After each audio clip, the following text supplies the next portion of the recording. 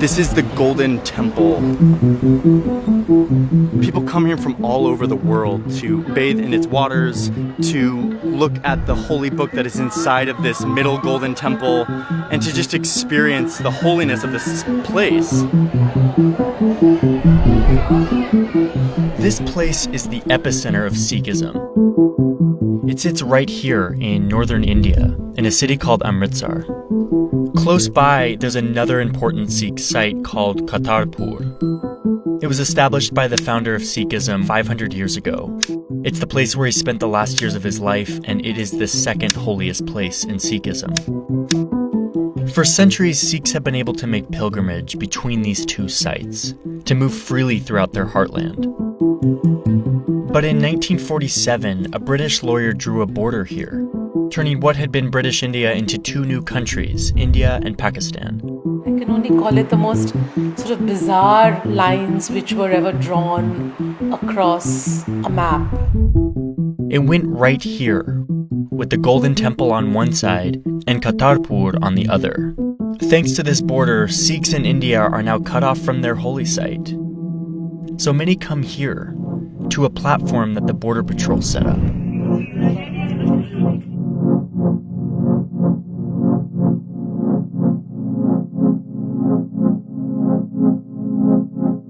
The platform looks across the border, where with the help of telescopes, Sikhs can look at their holy place, just 3 or 4 kilometers away.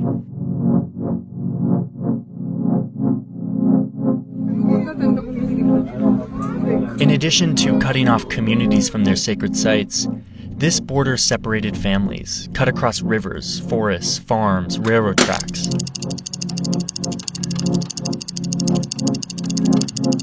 Today, this border is heavily fortified, with nearly all 3,000 plus kilometers fenced. It's lit so well that you can see it from space.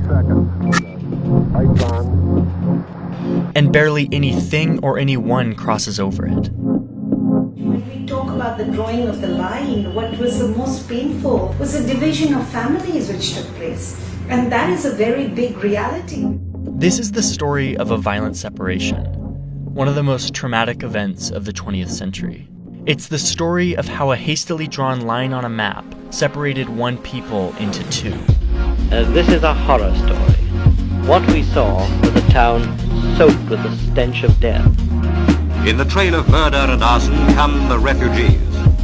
Their suffering is the new tragedy of India. Many will never reach their new land. These are the things that are setting the hearts burning on either side of the line. The sun is setting and I'm walking along one of the oldest roads in Asia, one that used to connect this region.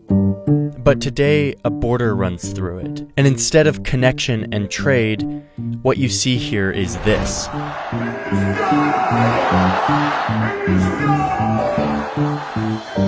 There's barbed wire, there's fences, there are officers everywhere, and yet there's also ice cream and popcorn and paraphernalia.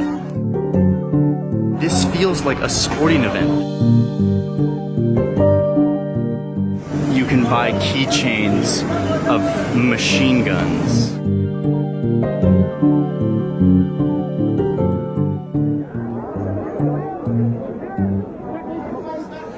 Thousands of spectators file in, filling this stadium that looks down on the border.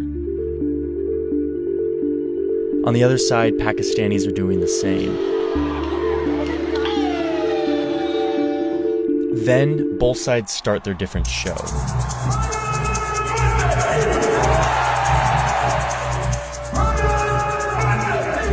Two hours of chanting and dancing.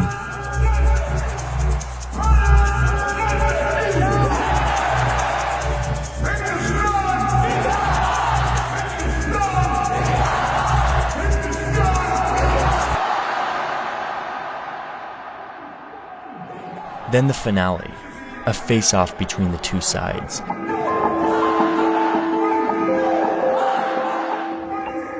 They strut back and forth in this coordinated choreography.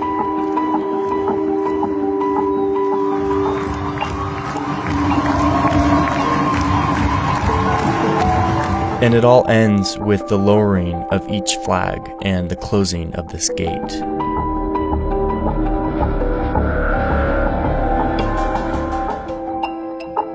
This bizarre border show plays out every evening. But this ceremony, this fence, this intense nationalism, if you rewind just a little in time, none of this existed. The British controlled parts of India for nearly 200 years, but by 1947, a strong movement of independence was swelling across the subcontinent. While back in Britain, the country was in massive debt after fighting World War II and didn't have the resources to hold on to their colony. So, they started making plans to leave India. British officials thought that a proper transfer of power would probably take around 5 years. But when the British leader in charge arrived in early 1947, he hastily decided to shrink their exit timeline. And so what needed 5 years would now need to be done in just 4 months. British India was to be split into 2 independent nations, a mostly Muslim Pakistan and a Hindu-majority but officially secular India. To do the actual drawing of the border, the British brought in a lawyer from London. He arrived the month before the British were supposed to leave India. He hadn't been to British India before and didn't know much about the region. He had no idea about India, no idea about Indian geography, no idea about Indian politics. And yet he was the one drawing the lines on the map that would affect millions of lives. During his visit, this British lawyer looked at maps and census data, focusing on the maps that showed religious identity of people in India. India has a wide variety of religions, and based on these census maps, you can see that people of all religions lived amongst each other all over the region. So to draw the line, the British lawyer looked at individual districts, putting any district that had a Muslim majority population into the new country of Pakistan, while Hindu and Sikh majority districts would be kept within India. Based on this method, the lawyer began to see what a border might look like. He only had 5 weeks to do this. He later wrote that it would have taken years to settle on a proper boundary. And that's because this method of drawing the line conceals that within these districts, there were sizable communities of all religions that had been living side by side for centuries, all throughout India. August 15th, 1947, Independence Day for India and Pakistan, but Gandhi is not present. Why the celebration? The British lawyer left that day. He would never return to India again. 2 days after independence, the borders were made public, prompting more than 14 million people to leave their homes, their lives, for what was now their side of the border. We were told that you have to cross the border, India.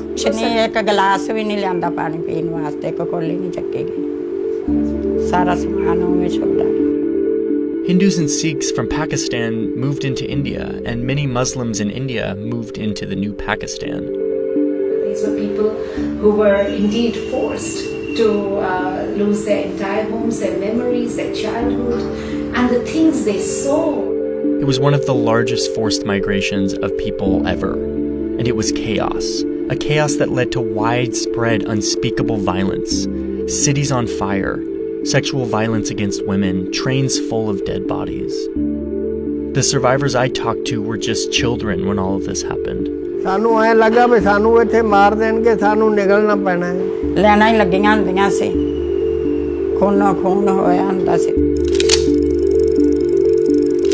The division of the subcontinent became known as the Partition of India, a phrase synonymous with trauma, fueled by the reckless mismanagement of an imperial power.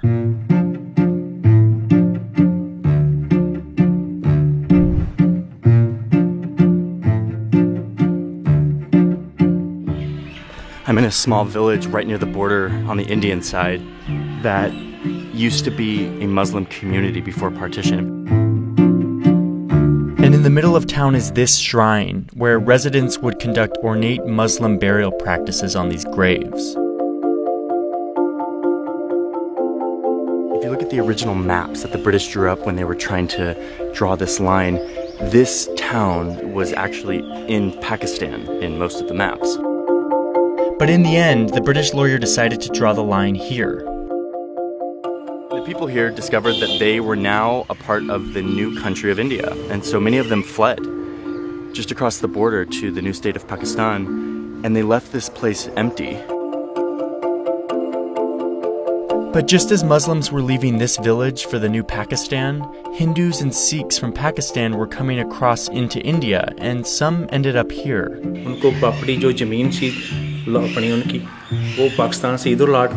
The Hindus and Sikhs that now live in this community have taken it upon themselves to continue the Muslim traditions that this community was based off of. They continue to maintain these graves and these symbols, even though they don't necessarily pertain to their own religion. बहुत अच्छी तरह से ध्यान रखती है, committee भी बनी हुई है। दूसरा ना, लोगों की हर कम्युनिटी की इसमें श्रद्धा है, श्रद्धा के तौर पर जितनी इसकी संभाल होती है ना, कमी नहीं आती। This is a sign of respect, of common identity in spite of the border. But this is just one side of the story. The subcontinent echoes and shudders to the sounds of a full-scale, undeclared war. Within just a few months of drawing this border, India and Pakistan were fighting an all-out war. One that centered on this region in the north, which both sides claimed as their own. The new countries would fight several more wars over the years. A border fence would eventually fortify the majority of this boundary, and both countries would acquire nuclear weapons, turning up the tensions and deepening the division. But if you take away the geopolitical bluster, the nukes, the barrier, the trauma of partition, you can still see how much these two countries have in common. I'm at a school in Delhi. Students are Skyping with a school in Pakistan. वो अच्छा हिंदुस्तान जो है वो partition से पहले ना हम और इंडियन साथ मिलकर रहते थे।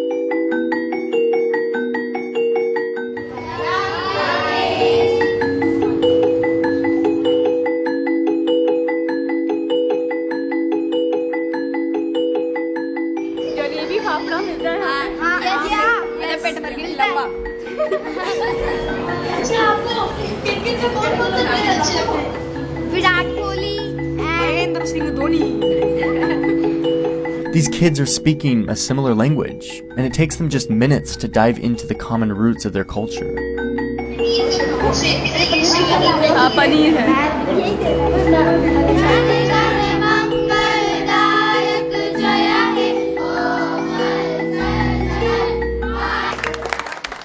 This shared identity that these kids are feeling isn't uncommon in India or Pakistan. Same language, same taste, same food. Whereas Hindus and Muslims and Sikhs used to live together, attend each other's social functions, marriages, everything.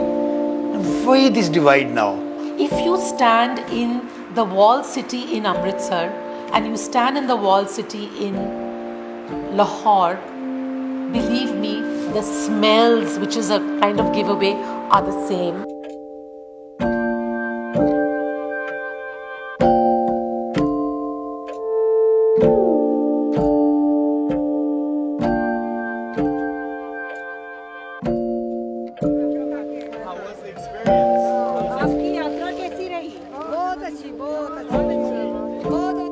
I'm visiting a group of Sikhs coming off the train. They were able to get a visa to go visit this religious site that most have to see through a telescope.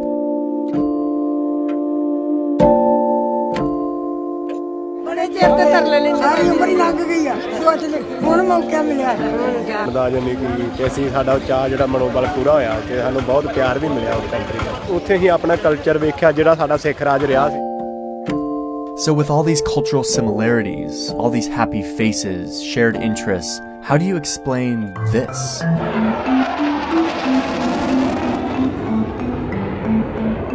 You see, it is the politician who poisons people's minds. कि हिंदुस्तान दुनिया में software export करता है और आपके हुक्मरान टेररिस्टों को export करते हैं। The divide is created, nurtured, fostered because it suits a certain politics. Over the years, politicians on both sides have exploited tension with the other side to stoke feelings of nationalism. और हम उसको तेज करेंगे और पूरे विश्व में आपको अकेला रहने के लिए हम मजबूर करके रहेंगे। दोनों देशों में नफरत का कारण है मेरे लीडर, चाहे वो पाकिस्तान के लीडर हो या हिंदुस्तान के लीडर हो, ये शांति नहीं चाहते हैं।